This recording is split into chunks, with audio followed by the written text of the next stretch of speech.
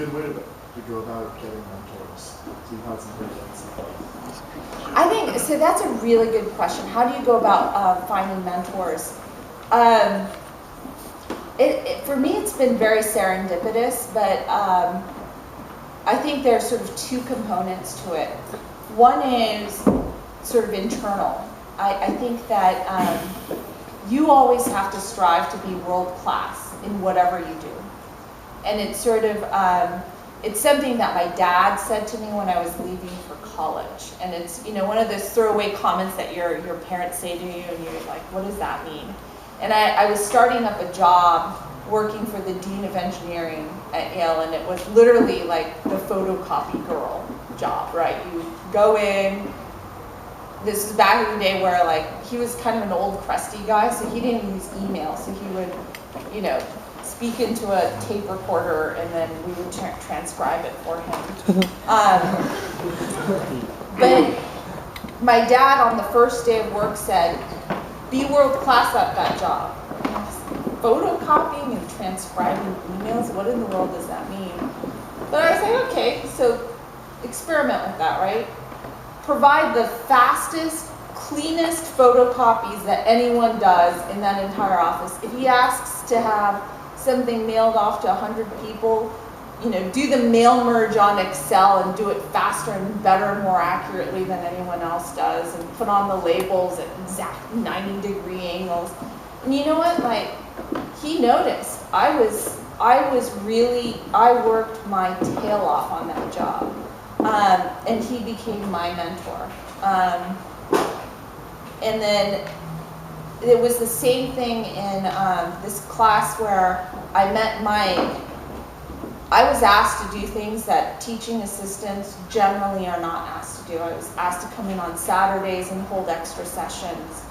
And then I would wake up early to go pick up bagels and coffee and orange juice for everyone. I mean, and even outside of the quarter that I was working for these teachers, they were asking us to do all sorts of random jobs. But we would do it.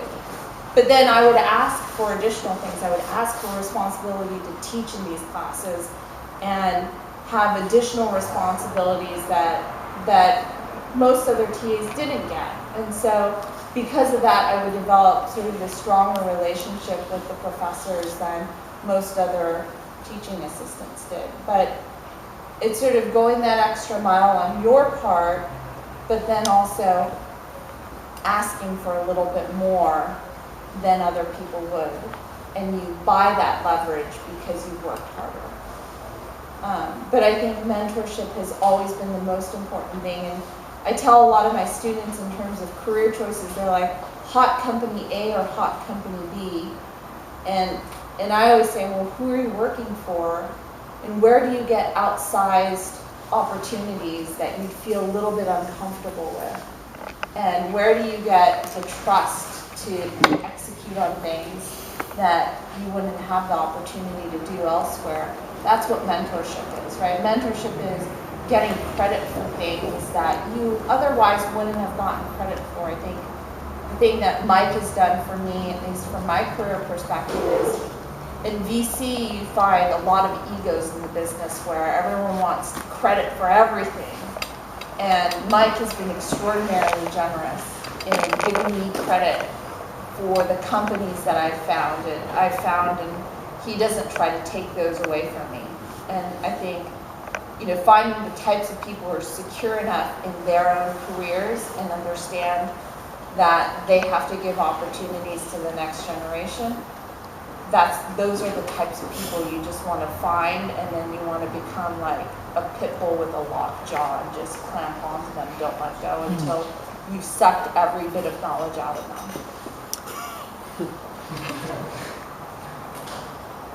Any other questions on career?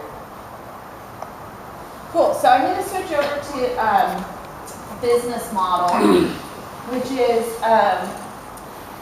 so the reason why we got into this was we were teaching this class at Stanford which culminated in a business plan. And as a teaching assistant, it kind of pained me to assign this to the students because it was this long 30 or 40 page paper that the students would turn in. And the secret was no one ever read it. Like, people read maybe the executive summary, but no one ever really read the whole thing. And it was a huge component of these kids' grades. And they would still grade the presentation because that's easy enough to do, but the actual business plan was probably pretty similar to the presentation, so the grades were kind of similar. And it always pained me from the perspective of, why do we even assign it if we don't even look at it, right?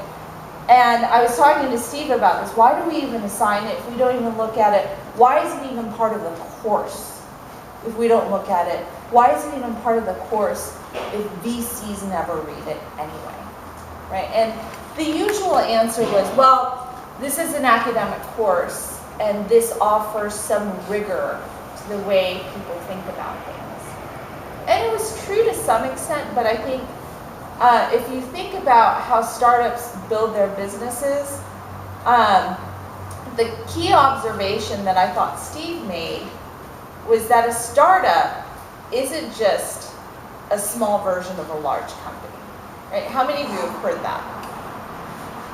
What does that mean? What does it mean that a startup isn't a small version of a large company? I think it's the difference in culture. It's the environment. I mean, it's not just like there's less bureaucracy, I guess. Okay. And it's not as rigid the way you have to go about things, and so like that kind of agile methodology that's built into the way startup operates gives you a lot more freedom. So if you had a large company that was imbued with that culture, that you stripped out all the bureaucracy, would it look like a startup? To be honest, I mean, if you look at like a Facebook that grows and making sure that they are doing everything they can to try and maintain that startup culture, just because of the benefits come associated with it, I think that you need a little bit of bureaucracy at some point just to kind of keep things organized. But it's probably like really tough to draw that line and find the right balance between the two. So culture is one of them. What's another? I'd say that the full company knows the model, and that a startup it's more testing out exactly the plan and the model that they're going to do to become that company. What do you mean by the model?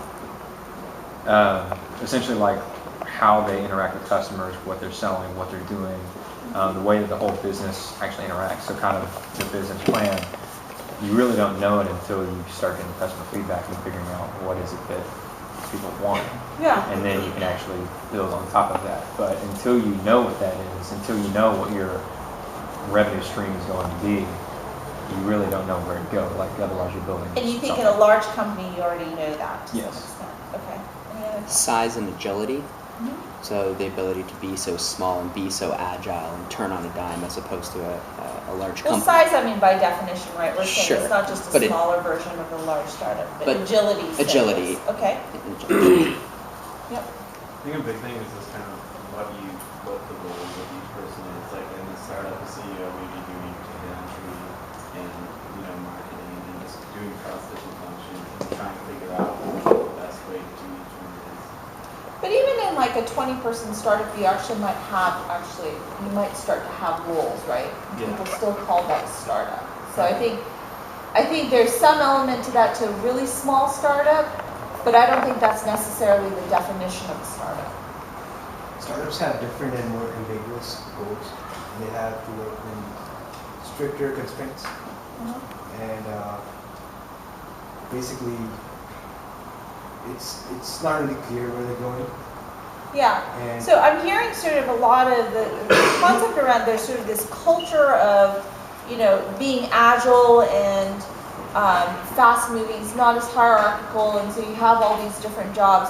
But the other theme is there's a lot of unknowns, right? And so if you think about a large company, think of GE, right? A lot of what they're doing is they actually know a customer problem. They know to some extent what that solution is, right? And because they've sold some sort of solution into that customer problem. And so they're dealing within even more constraints to some extent. And so there's sort of known problem, known solution.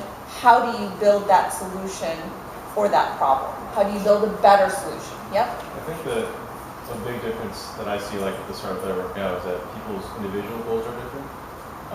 Whereas if you're an employee in a large company, you're kind of just doing a function and following a career path and doing what your boss tells you. You have your set goals and stuff, like short-term stuff. But at a startup, you have very open goals, and then you have some large goals that you want to hit. That's like reasons you start your company, versus like some small individual goals that other employees might have that typically would not be realistic at a bigger company. Okay, that's sort of a cultural point as well, I think. Yeah. Yep. I just think it's funny you mentioned GE because you're the only company that was in the New York Stock Exchange, the Dow Jones 30 90 years ago, that's still in it today. Yeah. And they've changed largely from selling electronic, like appliances to, high-end financial products and other really complicated technological stuff. Yeah, I mean, but I mean, I think if you think about I'm not saying that there's no innovation at these types of companies, right? But they're still a large company. And a small startup is not just, you don't take GE, shrink it down to 10 people and say, therefore, we are now a startup, right? You can't use the same processes that you manage GE with or evaluate GE with to evaluate a small startup. And so the question then becomes, how do you think about a small startup? And one of the ways that we define a startup within the class that I teach is that because there's these unknown factors, right? It's an unknown problem with an unknown solution. A lot of times you actually have hypotheses as to who the customer is. You don't even know that for sure. You don't know how you're going to access your customer. You don't know how you're going to price it. All of those are sort of free form within a startup company. And as a result, what we do in a startup company is you're looking for that scalable business model. And what's really interesting is that I think I've been working a lot with government on Startup America, which is sort of this initiative that they have to sort of create jobs within the US. And what's been very interesting to me, when you go to the government and you have these roundtable discussions on startups, you actually have two completely different factions. One is Main Street, which is sort of the pizza parlor businesses, some of these small businesses that end up actually getting to 10, 20, 30 million dollars in revenues for some of them, but they're never going to be sort of these venture scale, high-tech, high-growth companies versus Silicon Valley startups, right? And these are two very different worlds that we live in. Yep. But wouldn't you say, I mean, there's like a crop of Silicon Valley startups these days that are going to be like 30, 40 million, but not Google's? Like there's kind of like this propagation now of, like Series A and done type startups as well. Yeah, and so I guess my talk does not actually apply to those companies. Okay. And so from a venture perspective, those are not necessarily companies that I'm interested in.